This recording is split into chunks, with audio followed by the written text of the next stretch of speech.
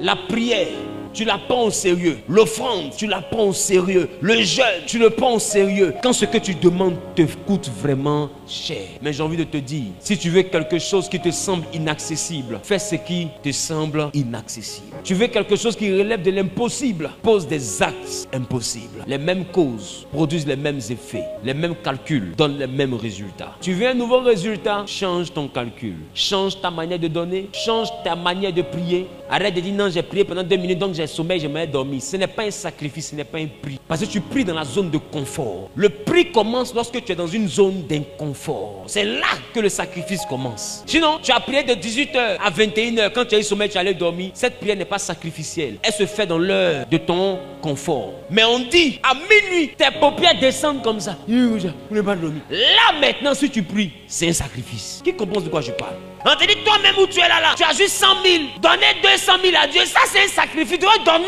les 100 000 à Dieu, c'est un sacrifice. Les gars, dans le monde spirituel, rien ne s'obtient dans la gratuité. Apprenez à payer le prix. Que ce soit en termes de prière, en termes de jeûne, en termes d'offrande. Les gens sont les plus disent, je veux la grâce de Salomon. La prospérité de Salomon se déclenche que par l'offrande. Dieu s'invite dans le rêve d'un homme. Mais de quel homme? Un homme qui construit un temple qui n'avait jamais existé. Qui met de l'or, même sur les poteaux. Les poteaux, là, Salomon a mis de l'or. Les ustensiles, tout était en or, même les cuillères. Et puis, le jour où Salomon décide de faire l'inauguration du temple, il offre 1000 bœufs, 1000 béliers. Tout ce qu'il a offert, il a offert 1000. Regarde la dimension sacrificielle de Salomon. La Bible dit le même soir, Dieu s'invite dans son rêve et dit à Salomon, demande-moi tout ce que tu veux. Il y a des dimensions qu'on n'obtient pas tant que tu ne peux pas sacrifier. Beaucoup de personnes m'ont vu ici, pendant les dimanches, je payais du sac de riz. Après les 200 personnes venaient prendre ici, qui se rappellent de ça? Chaque dimanche, sans cotisation, je faisais ces choses. Quand les gens me regardent, non, il veut montrer qu'il a l'argent. Je suis intelligent, je connais les principes. C'est pourquoi je suis sûr d'une chose, je ne peux pas être pauvre. Parce que tout obéit à des principes. Tu veux la gloire de Salomon et puis tu avales comme Harpagon. Ça ne peut pas marcher. Pour dire à Dieu, Seigneur, bénis-moi comme Salomon. Sois capable de poser les actes que Salomon a posés. Pourquoi tu prends sa réussite et puis tu ne prends pas son sacrifice? Pourquoi? Donc quand tu regardes les éléments dans la Bible, tu dois être capable de chercher à comprendre quel est le niveau de sacrifice qu'il te faut pour atteindre une dimension. Mais dans tous les cas, chaque niveau que tu veux atteindre demande un autre niveau de sacrifice. Si tu as payé le prix jusqu'à devenir millionnaire, que tu aspires maintenant au milliard, tu vas constater qu'à un moment donné, il y a comme un plafond qui te bloque dans un niveau. Ce qui débloque, c'est un nouveau sacrifice. Il y a un acte que tu dois poser. Même dans le monde, les occultistes présentent ces choses. Les gens voient, ils commencent à être poulet. Et à un moment donné, il veut devenir plus fort. Quand il va consulter, on lui dit, non, c'est plus une affaire de poulet maintenant, c'est une affaire de quoi? C'est une affaire de mouton. Et il est dans la dimension du mouton. Quand il voit qu'il est fatigué, ce que le mouton donne, on dit, non, maintenant, si tu veux ça, il faut bœuf. Remarquez que pour débloquer un niveau, on te demande toujours un sacrifice supérieur. Pourquoi toi, tu veux être dans les mêmes 100 francs, 25, tes doigts, mais il y a œil dessus. On dit, c'est tant d'offrandes, tu mets ta main comme ça dans ton sac, tu touches, ça c'est 500, ça c'est 1000 francs. C'est-à-dire que tes doigts en révélation, tes doigts. Le jour où tu as donné 10 000 à Dieu, c'est action prophétique. Or, dans le péché, tu ne te vois pas donner 10 000 à Lingo. Dehors, hein, toi le même qui donne 500 toujours à Dieu, 100 francs à Dieu. Dehors, tu payes mèche 200 000. Tu te joues les durs quand il dit garder la monnaie. Dans le monde.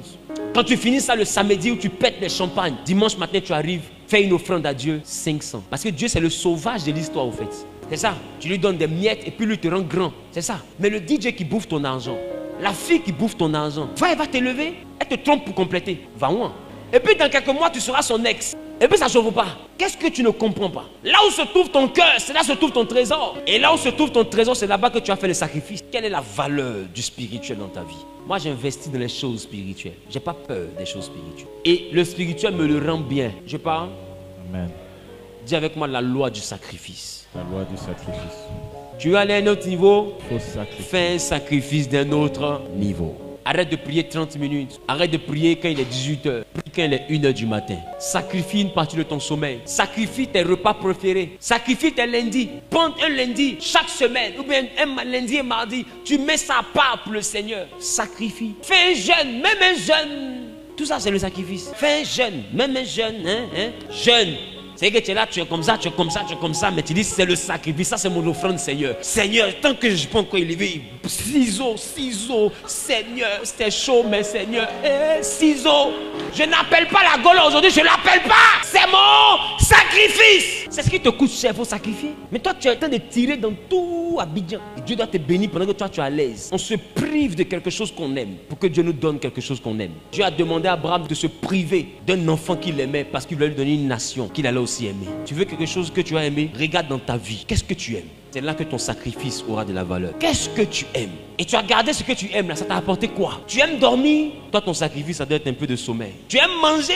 Ton sacrifice, ça doit être la nourriture. Tu aimes l'argent? Tu aspires à devenir très riche? Ton sacrifice, ça sera l'argent. C'est ce que tu aimes là, il faut sacrifier. Yes. D'autres s'en vont et puis on leur dit, ton enfant que tu aimes, c'est ça on veut. Ta maman, c'est ça on veut. Telle personne, c'est ça on veut. Tu remarqueras, c'est toujours ce que tu aimes. Le sacrifice est dans ce que tu aimes. C'est pourquoi Dieu a tant aimé le monde qu'il a donné son fils unique. Ça veut dire que c'est ce fils-là qu'il aimait le plus. Abraham aussi avait deux fils, Ismaël et Isaac.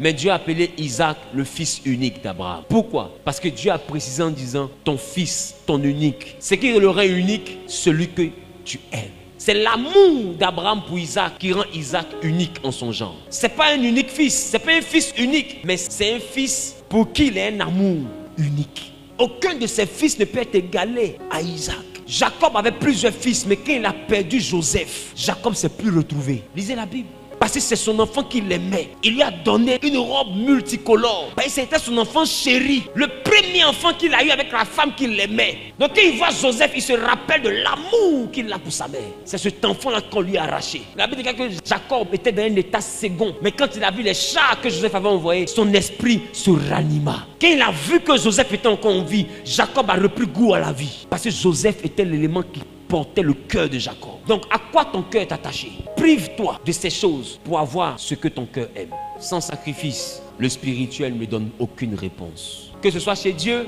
que ce soit chez le diable, la loi du sacrifice est inévitable. Seul le sacrifice te donnera un niveau.